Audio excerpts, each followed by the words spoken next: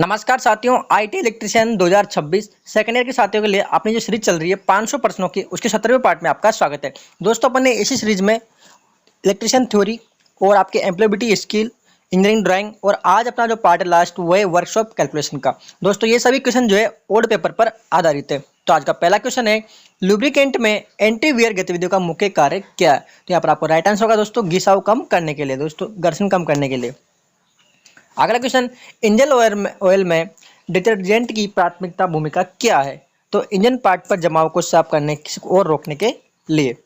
अगला क्वेश्चन है, मशीन भागों में घर्षण को कम करने के लिए किसका उपयोग किया जाता है। दोस्तों राइट आंसर होगा आपका लुब्रिकेशन यानी कि स्नेहक का।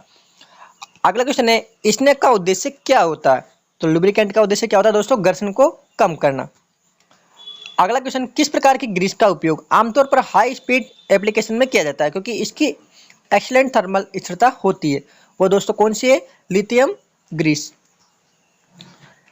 अगला क्वेश्चन दोस्तों, कौन सा सूत्र है। तो ये दोस्तों कौन सूत्र है, बी यहां पर आपका राइट आंसर होगा।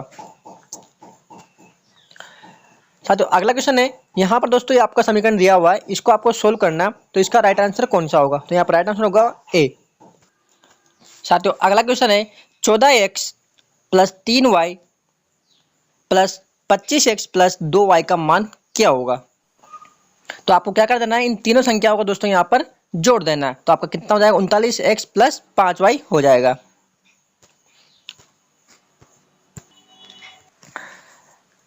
थ्री कोष्टक 2x माइनस 4 बराबर माइनस 4x प्लस 2 8 यानी कि 28 है। तो x का मान यहाँ पर दोस्तों क्या होगा, यहाँ पर जो आपका x है उसका मान क्या होगा, इसको सोल्व करना है दोस्तों। आपको सोल्व करोगे तो आपका राइट आंसर होगा यहाँ पर 4। साथ ही इसको सोल्व करते हैं तो कैसे करना है कि 3 को आपको इस कोष्टक को खोलना है। तो यहाँ पे कितना हो जाएगा, 6x हो जाएगा, 6x माइनस 4 24 हो जाएगा। ठीक है, कितना हो जाएगा यहाँ पर 12। ठीक है, बराबर और पीछे वाली संख्या कैसे लिख देना है, अपन को सेम लिख देनी है और प्लस यहाँ पर लगा देना है 28। आप क्या करना है, आपको इस x को इधर ले जाना है। ठीक है, वो इसको यहाँ ले जाना है। तो कितना हो जाएगा आपका 6x प्लस 4x बराबर 12 और इधर इसको माइनस को इधर लाएंगे तो कितना हो जाएगा 28 प्लस 12। ठीक है, अब यहाँ पर 6x प्लस कितना हो गया, 10x हो गया और ये कितना हो गया 40 हो गया। ठीक है, अब यहाँ पर जो है x वैल्यू निकालेंगे तो 10 में कितना देंगे, 40 में 10 का भाग देंगे, कितनी बार जाएगा 4 बार। तो यहाँ पर राइट आंसर आपका 4 हो जाएगा। अगला क्वेश्चन है, a माइनस बी का होल स्क्वायर क्या है। तो राइट आंसर दोस्तों A square minus 2ab plus B square. तो अगला क्वेश्चन है, लंबाई में परिवर्तन और मूल लंबाई के अनुपात से क्या संबंधित है। तो दोस्तों क्या है, रेखीय तनाव। अगला क्वेश्चन है, कौन सा प्रतिबल है। दोस्तों इस चित्र में जो है कौन सा प्रतिबल लग रहा है, तो कर्तन प्रतिबल। अगला क्वेश्चन है, सिलेंडर पर स्ट्रेस कितना है। 300 mm बाहरी व्यास और 150 mm अंदरूनी व्यास वाले खोखले कास्ट आयरन सिलेंडर पर 500 किलोग्राम का भार रखा गया है। तो राइट आंसर दोस्तों आप 0.9430 किलोग्राम पर सेमी स्क्वायर। साथ ही ये क्वेश्चन जो है वो पिछली क्वेश्चन है, हर साल रिपीट होते हैं और ओल्ड पेपर में से ले गए। आप डायरेक्ट अगर इनकी वैल्यू भी निकाल याद रख लोगे दिमाग में, तब भी दोस्तों आपका काम हो जाएगा। विकृति की इकाई क्या है। दोस्तों विकृति की इकाई क्या है, इसकी कोई इकाई नहीं होती है। छिद्र करने के लिए कितने बल की आवश्यकता होगी। छिद्र की परिधि 9.426 सेमी है, शीट की मोटाई 5 mm है और शियर स्ट्रेस 400 किलोग्राम पर सेमी स्क्वायर। राइट आंसर दोस्तों 1885.71 किलोग्राम। अगला क्वेश्चन है, अगर 16 वोल्ट की कास्ट प्राइस 12 वोल्ट की सेलिंग प्राइस के बराबर है तो प्रॉफिट परसेंटेज क्या होगा। तो दोस्तों राइट आंसर होगा आपका 0.3333। साथियों अगला क्वेश्चन है, 80,000 रुपये के लोन अमाउंट पर 2 वर्ष के लिए 10% कंपाउंड इंटरेस्ट पर कंपाउंडिंग एनुअल इंटरेस्ट क्या होगा। तो इसको दोस्तों राइट आंसर होगा यहाँ पर बी। साथियों यहाँ पर अपने क्या करना है, कंपाउंड इंटरेस्ट निकालना है हर साल का। 10% कितना हो गया दोस्तों, इसका 8,000 हो गया एक साल का, और दूसरे साल का भी कितना हो गया 8,000 हो गया। तो कितना हो गया दोस्तों 16,000 हो गया। ठीक है, पहले साल का दोस्तों 8,000 होगा तो कितना हो जाएगा इनका 8,800 हो जाएगा। ठीक है, फिर अब 8,800 का आपको निकालना है तो कितना हो जाएगा दोस्तों 8800 हो जाएगा। अब जब इनको जोड़ोगे तो कितना हो जाएगा 96,800 हो जाएगा। अब इसमें से आपको जो मूल जो आपकी थी 80,000 वो निकाल देना है। तो कितना आंसर आ जाएगा आपका 16,800। अगला क्वेश्चन है, एक दुकानदार एक साइकिल को 2850 रुपये में बेचकर 14% का प्रॉफिट कमाता है। तो दोस्तों 14% का प्रॉफिट कमाता है तो साइकिल की कॉस्ट प्राइस क्या थी, यानी उसकी मेन वैल्यू क्या थी दोस्तों 2850 तो हो नहीं सकती। ठीक है, तो ये भी आपका गलत हो जाएगा।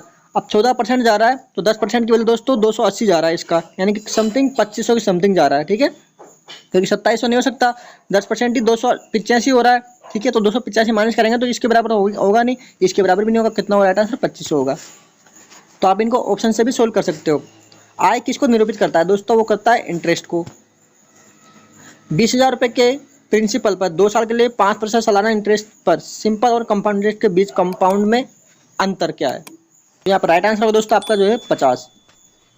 अगला क्वेश्चन है साधारण ब्याज में साल को कैसे दर्शाते हैं दोस्तों, एन से।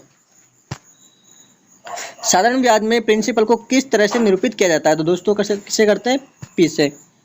लाभ कैसे व्यक्त किया जाता है, तो करें तो परसेंटेज में। अगला क्वेश्चन है अगर 1150 रुपये में खरीदे गए कंप्यूटर टेबल पर 50 रुपये ट्रांसपोर्ट का चार्ज लगता है और 5% प्रॉफिट होता है तो सेलिंग प्राइस क्या होगी। साथ ही यहाँ भी आप जो ऑप्शन से कर सकते हो, 1150 तो इसकी है, और प्रॉफिट कितना, तो ये भी हो नहीं सकता, ये नहीं हो सकता दोस्तों, इतना ज़्यादा नहीं हो सकता, ये आएगा राइट आंसर। अगला क्वेश्चन है एसपी का विस्तृत रूप क्या है, तो ये क्या दोस्तों, सेलिंग प्राइस अपन बोलते हैं। कौन सा प्राधिकरण दरों के अनुसूची को प्रकाशित करता है, तो राइट आंसर दोस्तों आपका सरकारी विभाग।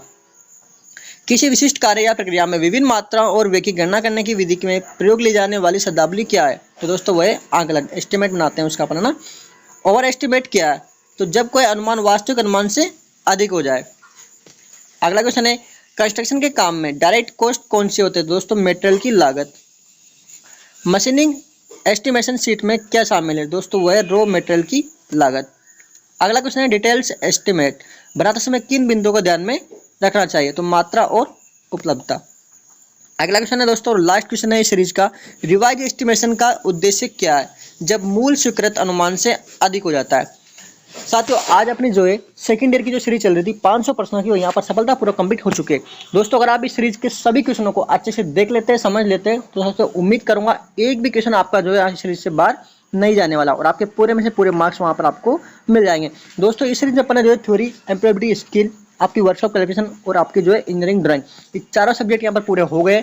तो साथियों आप इनको अच्छे से पढ़ लीजिए। आपका जो पेपर है वो 9 तारीख से दोस्तों स्टार्ट हो चुके हैं, और आपके जो प्रैक्टिकल है वो 6 तारीख से, और आपके फर्स्ट ईयर के साथियों के 6 तारीख से, और सेकंड ईयर के साथियों के जो है 9 तारीख से वहाँ पर स्टार्ट हो चुके हैं। तो साथियों उम्मीद करता हूँ आपको ये सीरीज पसंद आई होगी। कमेंट करके जरूर बताना कैसी लगी, और आपके जो भी क्वेश्चन आपके एग्जाम में आए वो भी आप जो है कमेंट करने जरूर आना। थैंक यू दोस्तों, मिलते हैं अगली वीडियो में, तब तक के लिए जय हिंद।